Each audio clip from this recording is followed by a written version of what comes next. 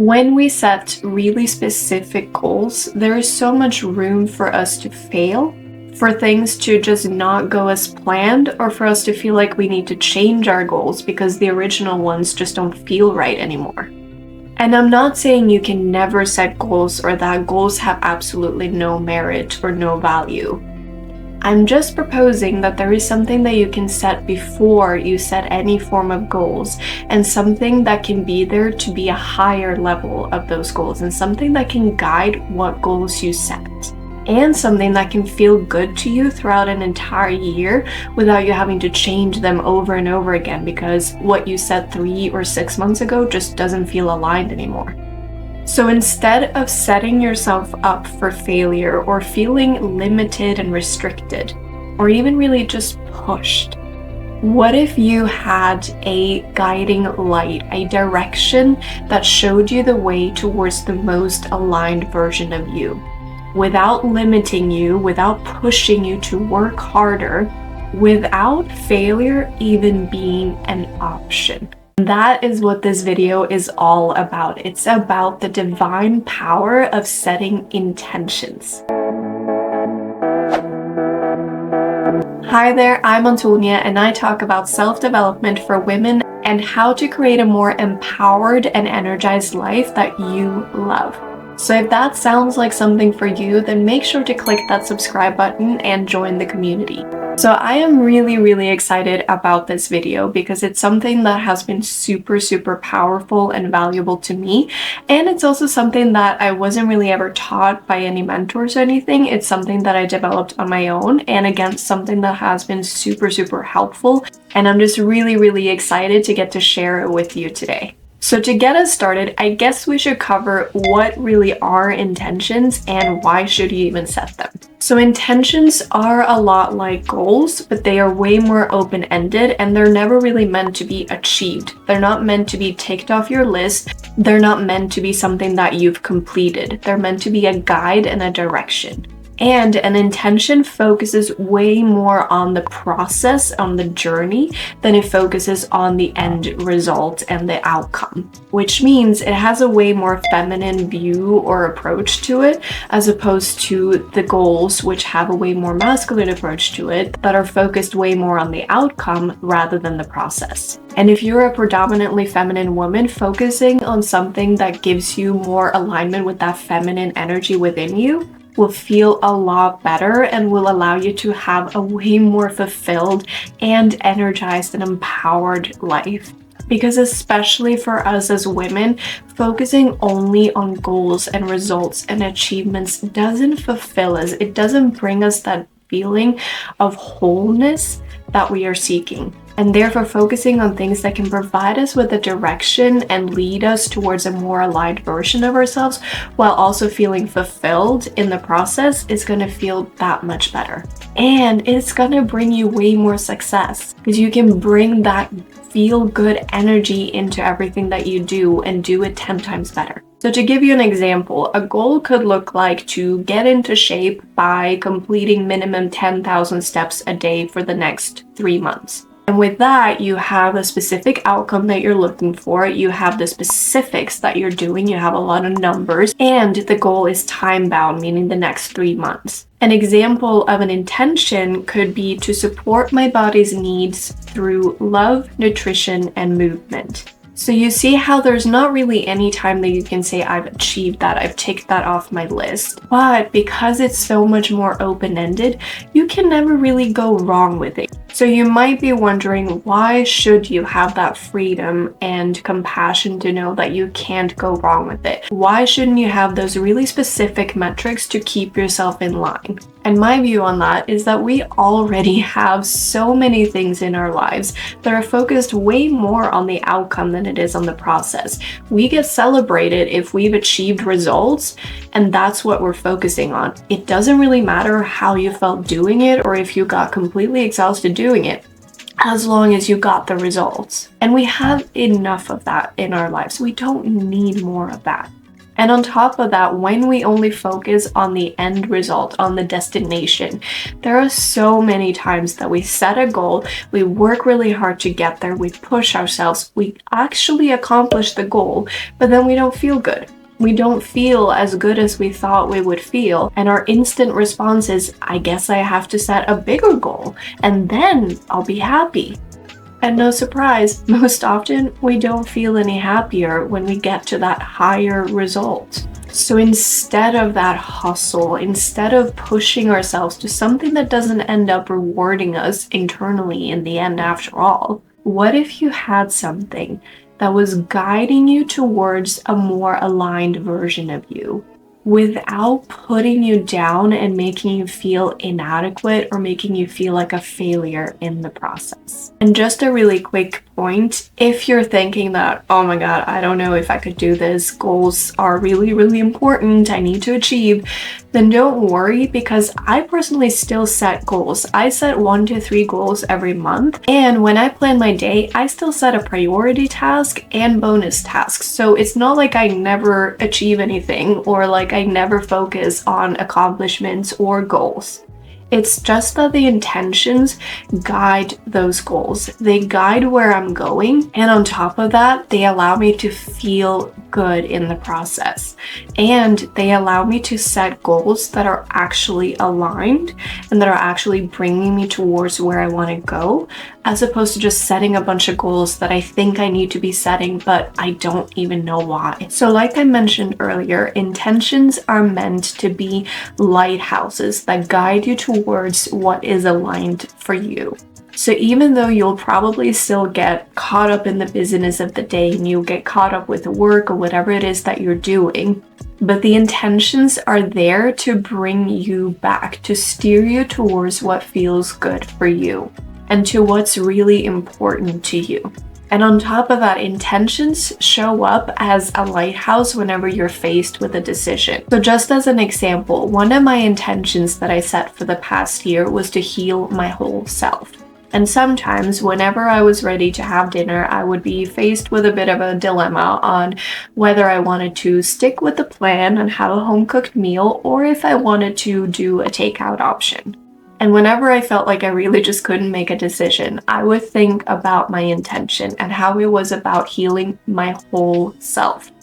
And to me, that meant the spirit, soul, body, mind, the whole package. And so sometimes I would look at that intention and at the decision I was trying to make and think, honestly, right now, what I'm looking for is just some soul food. You know, that extremely good food that just feeds your soul. I knew that that was what I was really looking for. And so I would pick the takeout option that would give me that. But the great thing is, I would know why I was doing it, and I wouldn't feel guilty for eating something that wasn't as nutritious because I knew why I was doing it, and I knew that I felt aligned with where I wanted to go and who I wanted to be. While other times, I would look at the decision and at the day and I would know, honestly, right now, it's just me being a little bit lazy. I don't really need soul food. I'd rather give something to my body that is nutritious and helpful to my body. So I knew that what I wanted to do was stick with a home-cooked meal, but again, it would feel good to me. It wouldn't feel like I was punishing myself or keeping myself away from what I really wanted to do, because I knew that sticking with the home-cooked meal was actually what I wanted to do and the best way to serve my intention. So when you're faced with a decision, intentions can actually help guide you towards what's the most aligned decision for you to make in this moment. Another great thing about intentions is that they give you more wiggle room. They take into account the fact that throughout an entire year, you will grow and evolve and your needs and wants will change. And on top of that, you can't predict the future. You don't know exactly how this year is going to go. You don't know exactly what's going to happen. And sometimes goals can be really limiting because we set one goal that is really right for us in that moment. But then 6 months down the line, things have changed and that goal just doesn't make sense anymore. So to give you an example, like I mentioned, one of my intentions for the past year was to heal my whole self. And when I set that intention, I thought it was going to involve getting a bit more consistent with exercise, eating better, and just overall taking care of my mental health and my well-being and figuring out a way to heal my burnout. I didn't know exactly how, but I thought that was pretty much what it was going to include. But a couple months after I set that intention, I started to learn way more about feminine energy. And I started to realize that that was going to be the game changer for me to go from feeling burned out all the time to actually feeling energized and empowered in my life. And I started to learn about cycle syncing, which I didn't even know was a thing when I set that intention. And so throughout the year, it turns out that things like that turned out to be way more empowering and helpful towards that intention, towards healing my whole self. But I didn't even know they existed when I set the intention. So imagine if I had set a really specific goal that involved exercise or food or something else that was super limiting and therefore would have blocked me away from discovering that feminine energy and the cycle syncing and the things that actually ended up helping me towards that intention. And the thing is, I could have then chosen to either just scratch that goal and say, nope, that goal is not right for me anymore. Or I could have just been so focused on achieving those goals that I didn't even open myself up to the idea of going down a path that I didn't originally thought was going to be relevant, but turns out it was the most relevant. And in addition to all of that, I feel like goals often set us up for failure. Because imagine that you set a goal for this year that you wanted to make 10 new friends because you need more friendships and you really wanted to go for it, so you want to make 10 new friends. And let's say throughout the year, you meet 3 people that become really, really close friends and friendships that you really value. But at the end of the year, you've made 3 new friends, not 10. So in terms of the metrics and in terms of the goal, you've kind of failed that goal because you only really achieved 30% of it. And yet we know there is more to goals and life than quantity, so there's the quality. Wouldn't you rather have 3 really good friends that you know that you can depend on than 10 mediocre friends that you just made because you had to make those 10 friends? Or let's take another scenario. Let's say that today you set a goal to submit 10 job applications, but then throughout the day you end up finding some job openings that are just the perfect jobs for you. Like if you got those, that would be the top of the line. That would be amazing. And so you decide to put in a little bit more effort and time into the job applications that you send, just to make sure that you really make those job applications special and good and top-notch so that you have a better chance of getting those jobs. But here again, we have a dilemma because you set a goal to submit 10 job applications. You only submitted 6, but those applications were really high quality to amazing jobs that you really want. Then the question is, did you succeed or did you fail? Because the thing is, we both know that rationally you can say, no, it's okay. I said I would do 10, but I ended up doing 6, but they were way higher quality. So I'm happy with that. But if you're anything like me, you will have a little feeling inside, you will have a little voice in your head that just says, you said 10, you only submitted 6. I wouldn't celebrate that. That's not success.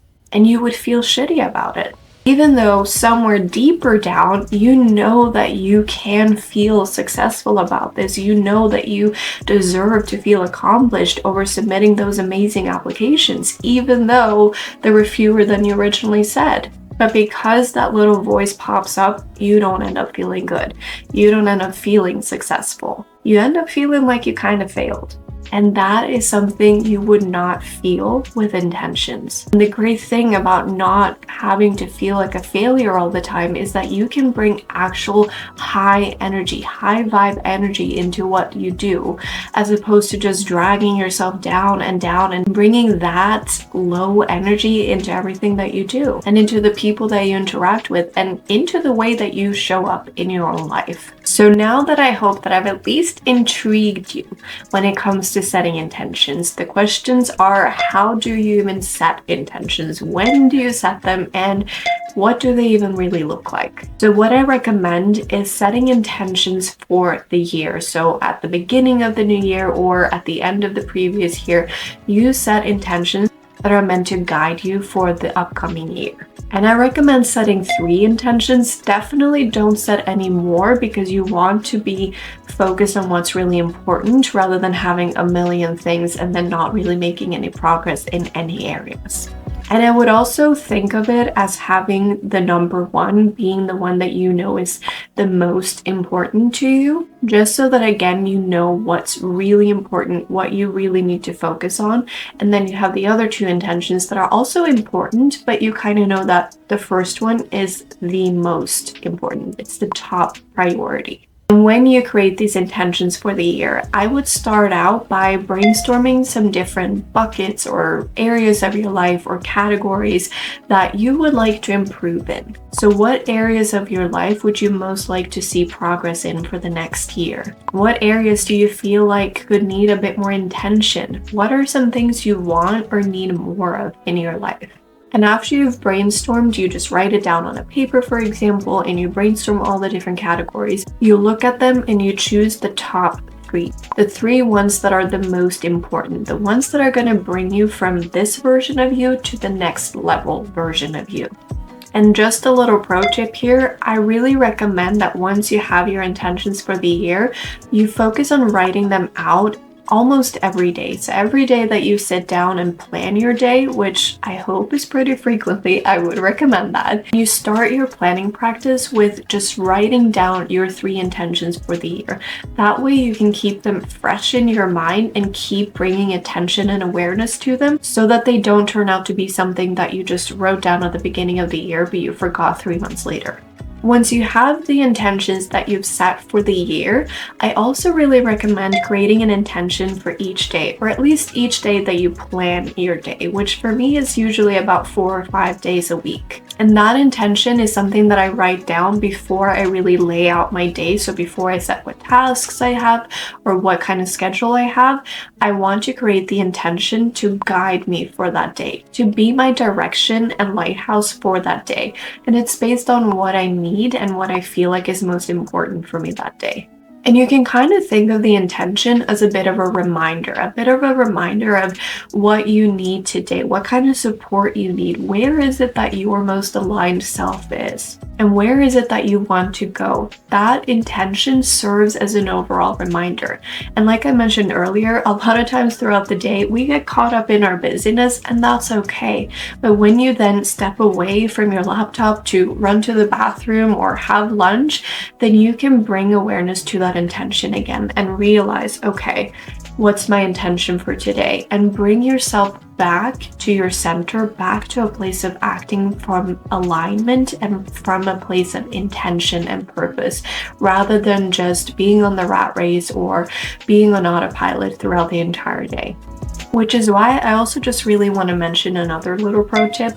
I really recommend that if you do write out your intentions every day and you write them, for example, in a journal or planner, then I'd also really recommend finding a place in your home where you can write out your intention for the day where it's a bit more visible. So whether you put it on a post-it note and you hang it somewhere on the wall, or if you have a little blackboard or a whiteboard that you can put your intention on, or just anywhere that you can visibly see it in your space. So a planner, you would usually close the book and put it away and only check it a couple of times. And because there's usually a lot of writing there, you probably just put your eyes straight to your priority tasks rather than looking at your intention as well. So having the intention visible somewhere in your home allows you to see it and bring awareness to it every time that you move through your home. And again, bringing that awareness to it allows you to remember, oh right, that's my intention for today, and move through your day with a sense of intention, with a sense of purpose and meaning,